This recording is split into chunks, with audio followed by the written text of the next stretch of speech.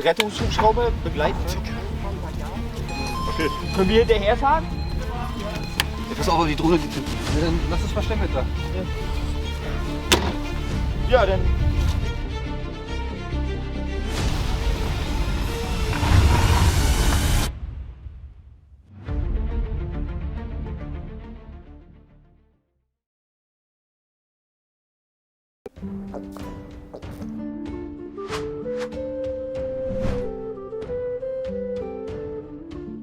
Moin Moin, hallo und herzlich willkommen zu einem neuen Video hier auf meinem Kanal. Heute geht es hier eine Runde Shakes and Fidget. Ja, wir haben es ja jetzt nun XP und Sanduhren steht Kopf Event und das werden wir auf jeden Fall auch gleich mal nutzen, um auf meinem Main hier die 10.000 Sanduhren gleich mal voll zu machen. Und dazu kommt noch, dass im Webshop auch gerade wieder Sanduhrenaktion ist. Das heißt, ihr bekommt 20% mehr für euer Geld an Sanduhren. Da könnt ihr, wenn ihr natürlich Bock drauf habt, wie auf einem Dodge Pickup Truck, sehr gerne hier auch meinen Creator Code wieder anwenden. Dann wäre ich natürlich damit anteilig, mehr kostenfrei, mit vergütet, und da bin ich natürlich auch sehr dankbar für Ihren Support an der Stelle. Und ich würde mal sagen, wir werden mal ein bisschen reingehen in den Zauberladen und mal gucken, wie schnell wir hier die 10.000 voll bekommen, würde ich sagen. Ich habe mir ein bisschen Gold aufgespart und darüber hinaus, vielleicht habt ihr schon im Vorspann die letzten Tage gesehen, das Behind the Scenes zum Tierrettungsvideo kommt morgen am Sonntag um 15 Uhr online. Das Ganze hatte sich ein bisschen verzögert wegen technischer Schwierigkeiten bei Sergio. Ist einmal die Festplatte abgeraucht und so, sind die Dateien oder der Fortschritt auf jeden Fall verloren gegangen. Da muss neu gemacht werden etc. pp. Aber auf jeden Fall ist es jetzt soweit und ihr kriegt es auf jeden Fall am Sonntag um 15 Uhr. Ja, für die Leute, die es nicht wussten, das hier ist ja das Hauptvideo. Ich denke mal, das werden von euch die meisten gesehen haben. Ne? Ist sogar mal eins der wenigen Videos, die ich auch selbst geliked habe. Ja? Und da wollte ich mich an der Stelle auch nochmal, weil ich das noch nicht getan habe, für das Feedback auf jeden Fall bedanken, was ihr auf das Video dagelassen habt. Wer es nicht gesehen hat, ist bei mir auch direkt das Vorstellungsvideo direkt auf dem Kanal. Und da bin ich auf jeden Fall sehr dankbar, dass es positiv bei euch angekommen ist. Und dazu wird es morgen dann das Behind the Scenes geben. Das ist dann ein, wie kann man sagen, es ist so ein bisschen wie so eine Art Dokumentation auf jeden Fall gehalten. Es hat zumindest den Vibe von einer Doku, muss man so sagen. Und da werden wir dann ein bisschen genauer ins Detail gehen, wie das Ganze, die 2 Drehtage abgelaufen sind, ne, was dann so dazwischen kam, weil auch nicht immer alles natürlich so reibungslos läuft, wie man sich das immer so vorstellt. Und da kriegt ihr dann nochmal so einen kleinen Einblick, wie die 2 Drehtage da ausgesehen haben. Ich werde euch auf jeden Fall dann auch nochmal den Small C und den Willi da ein bisschen näher bringen. Die lernt ihr dann auch nochmal ein bisschen von der anderen Seite kennen, beziehungsweise den Smalley habt ihr ja schon öfter mal in meinen Videos gesehen. Aber der Willi, der war ja noch gar nicht so zu sehen, weil er ja hinter der Kamera war und das Hauptvideo für uns dann halt eben aufgenommen hatte. Und ja, für das Behind the Scenes war halt eben der Sergio verantwortlich. Also war auf jeden Fall eine coole Sache. Sowohl das Haupt- als auch das Behind the Scenes. Ich hatte es mir jetzt auch schon angesehen und ich muss sagen, ist auf jeden Fall sehr nice geworden. Wie gesagt, es hat so den Vibe von der Doku und es geht halt auch, ich glaube, 50 Minuten oder so. Ne? Also nehmt euch da auf jeden Fall, wenn ihr natürlich sehr gerne wollt, die Zeit. Auf den Sonntag ist natürlich heilig, deswegen weiß ich es auf jeden Fall zu schätzen, wenn ihr da eure Zeit für opfert, um euch das auch reinzuziehen. Ist auf jeden Fall sehr unterhaltsam und deswegen vielen lieben Dank, würde mich natürlich auch sehr freuen, wenn ihr da auf das Video auch dementsprechend vielleicht ein bisschen Support da lasst, ne? Weil das Ganze auch natürlich von Sergios Seite auch nicht wenig Arbeit gewesen ist. Deswegen Grüße nochmal an der Stelle raus an den lieben Sergio, der das Ganze gemacht hat. Ist ja extra hier zu uns von Hamburg aus nach Greifswald gefahren und haben dann hier, also Sergio und Freundin waren dann halt 3 Tage hier, das habt ihr ja vielleicht mitbekommen durch die Stories auf Instagram. Und da haben wir das dann zusammen auf jeden Fall aufgenommen, das Ganze. Ne? Ja, so viel auf jeden Fall dazu. Da seht ihr ja dann morgen, wie gesagt, das ganze Video. und ist definitiv was, wo man sich zurücklehnen kann, sich ja, ein Frischgetränk, ein paar Knabbe reinschnappen kann und dann gemütlich auf der Couch sitzt dazu. Ne? Gut, meine lieben Freunde, ja, ansonsten ist es jetzt übers Wochenende nicht so spektakulär rund um Shakes and Fidget. Gibt natürlich auch mal hier und da so ein paar Ruhephasen, sag ich mal, zwischen den Updates. Aber wie wir im Video von gestern ja zum Beispiel gesehen haben, erwartet uns in Zukunft auf jeden Fall noch einiges. Ja? Wir haben ja jetzt auch kürzlich gerade den Elevator gehabt, ne? Deswegen, man kann ja nicht Event an Event direkt immer ja, anreihen, so, das geht natürlich auch nicht. Deswegen, ja, gibt es auch mal so eine kleine Flaute-Phasen wie jetzt momentan zwischen den Updates. Ne? Ich meine, wir könnten auf EU10 auf jeden Fall noch ein bisschen was machen, so, ne? Aber das sind dann das sind für mich meistens immer so ein bisschen die Tage, sag ich mal, wo es mir am schwersten fällt, ja, irgendwie neuen Content zu machen, weil, ja, eigentlich, und das habe ich auch schon die letzten, keine Ahnung, 5, 6 Jahre oder ja, wie lange ich jetzt schon jeden Tag hier Shakes and Fidget mache, hatte ich mich immer so von Update zu Update gehangelt und ja, dazwischen dann halt eben irgendwelche Videos dann gebracht, dass man nicht so eine lange Flautephase dazwischen hatte. Das hatte ich ja schon mal erzählt, ganz früher, wo es noch nicht so viele Shakes and Fidget Creator gab wie heute zum Beispiel. Da war es, weiß ich nicht, zu meiner SF-Anfangszeit, als ich gerade reingekommen bin, so in die Szene, da war so ein Paul Terra auf jeden Fall war da, dann war ein Lieutenant war da auf jeden Fall am Start, ein Hanrizzle war hier und da mal da aktiv, aber auch nicht so doll direkt zum Start, wo ich gestartet hatte. Und ja, das war dann halt aber auch nicht so auf dieser Daily Base, sondern halt eben meistens nur, wenn es irgendwas Interessantes zu zeigen gab, ne? Also irgendwelche speziellen Updates oder irgendwelche Neuerungen, ne? Features, Dungeons etc. Ja? Und ja, da waren dann halt eben diese Special-Videos, so fast die einzigen, vielleicht noch hier und da mal so, wenn es irgendwas zu zeigen gab, natürlich auch Videos, ne? Aber das waren dann hauptsächlich die Videos, die dann geuploadet worden sind. Und ja, anfangs hatte ich auch noch nicht direkt mit den Daily Content angefangen, sondern ich glaube alle 2 Tage oder so habe ich dann schon nachher gemacht, ne? Erst auch die besonderen Videos, dann waren es nachher alle 2 Tage und dann wollte ich aber, ja, nicht nur zwischen den Updates halt eben die Videos zeigen, sondern halt eben auch, ja, sag ich mal, den Weg dahin noch irgendwie füllen mit Content, dass die Leute jeden Tag irgendwie was zu gucken haben und nicht nur irgendwie, keine Ahnung, 5, 6 Mal im Monat oder was weiß ich, irgendwie so, ne?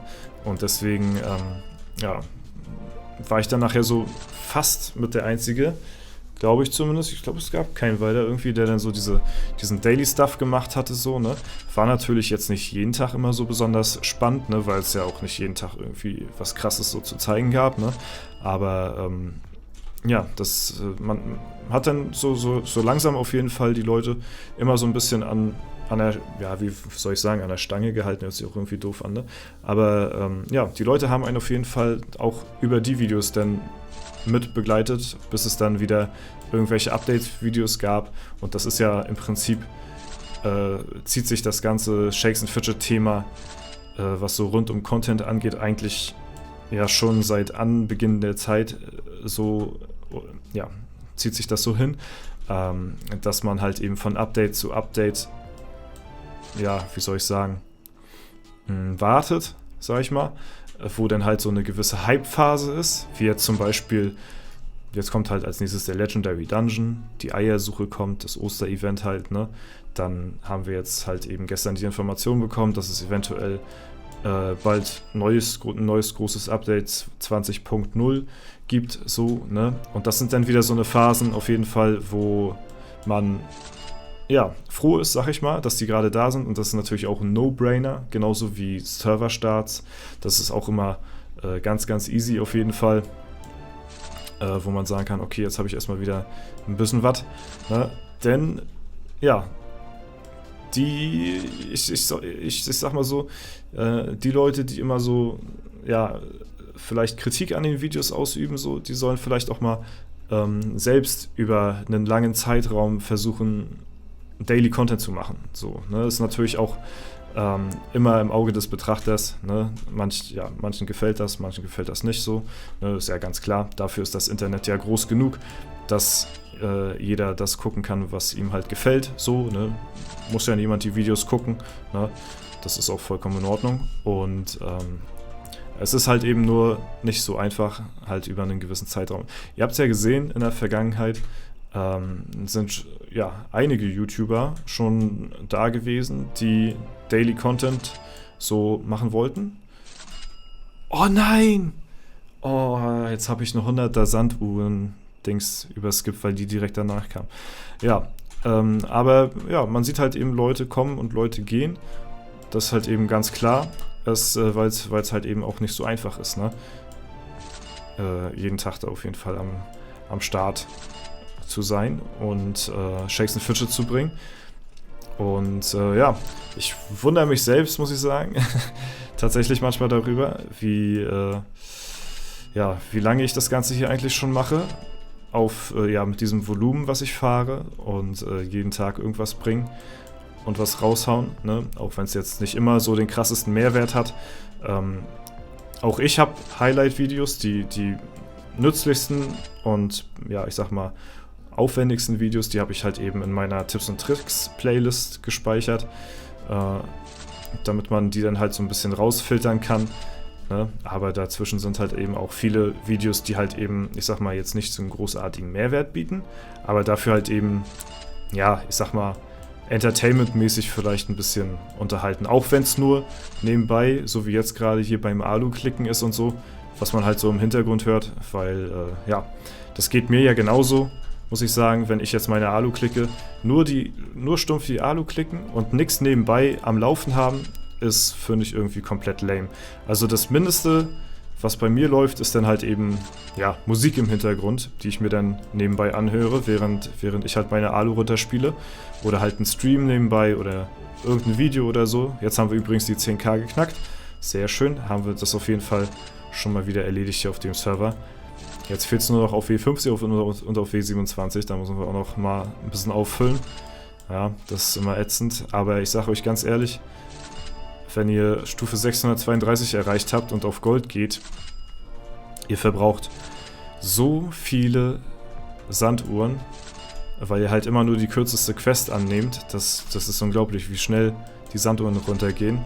Ist natürlich auch ein gewisser Goldfaktor, der hier auch eine Rolle spielt, weil wir haben natürlich jetzt auch einiges an Gold ausgegeben. Wir hatten in der Vergangenheit mal so einen kleinen Test gemacht zwischen den Sanduhren, die man im Shop kaufen kann, zur Aktion, also für 10 Euro, 1200 jetzt mit der 20% Aktion, und die 10 Euro umgerechnet in Pilze.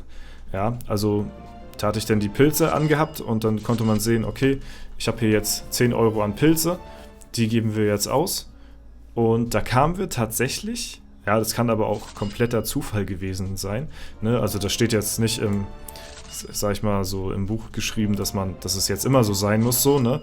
Aber mit den 10 Euro an Pilzen, die wir jetzt hier im Shop verblättert haben, zum Sanduhren-Event natürlich, ne, kamen wir genau exakt auf denselben Betrag, als wenn wir die 1200 Sanduhren für 10 Euro im Webshop gekauft hätten. So, und da kann man sich natürlich jetzt fragen, ja, man spart natürlich Geld auf jeden Fall, wenn man das über die Variante macht. Obwohl, nee, man spart kein Geld, weil ob man jetzt nun hier die Pilze im Shop ausgibt, also beim Blättern der Sanduhren, ne, die 10 Euro wegrollt hier, oder die 10 Euro im Webshop ausgibt, aber da spart man sich zumindest dann noch die Goldkosten, ja, weil es natürlich auch ziemlich viel Gold, wenn man sich das hochrechnet, ne, haben wir jetzt hier schon, ich habe jetzt nicht drauf geachtet, haben natürlich einiges an Gold hier auch gelassen, dafür, dass wir jetzt eben auch unseren Sanduhrenvorrat aufgestockt haben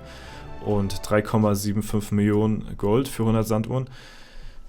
Ja, also wenn, dann sollte man sich sowieso die nur zum Event holen, ist natürlich klar. Aber ja, das fand ich auf jeden Fall interessant mal, als wir das Experiment gemacht haben. 10 Euro im Shop verblättern für Sanduhren, haben wir genauso viele Sanduhren bekommen, als wenn wir halt eben im Webshop die 1200 für 10 Euro gekauft hätten. Ne? Nur wenn wir die gekauft hätten, hätten wir uns halt eben das Gold gespart, was wir hier jetzt eben ausgeben. Ne? Also da muss auf jeden Fall jeder selbst wissen, was er wie am liebsten machen möchte. Und ja, ich würde sagen, wir sind erstmal soweit fertig hier auf dem Account. Wir haben jetzt hier unseren Sanduhren-Haushalt wieder aufgestockt. Das restliche Gold können wir dann jetzt hier auch in Ruhe verskillen, weil jetzt brauchen wir erstmal kein Gold mehr. Jetzt haben wir erstmal wieder genug Sanduhren fürs Erste auf jeden Fall. Sobald ich unter die 5K immer rutsche, dann ja, wird es bei mir schon beim nächsten Mal dann Zeit zum nächsten Event, dass man da dann wieder sich ein bisschen im Zauberladen auffällt und die neuen Uhren sich gönnt. Alles klar, Leute. So, heute eine kleine Talkrunde auf jeden Fall, ne? Muss auch sein. Und ja, morgen wünsche ich euch auf jeden Fall dann viel Spaß.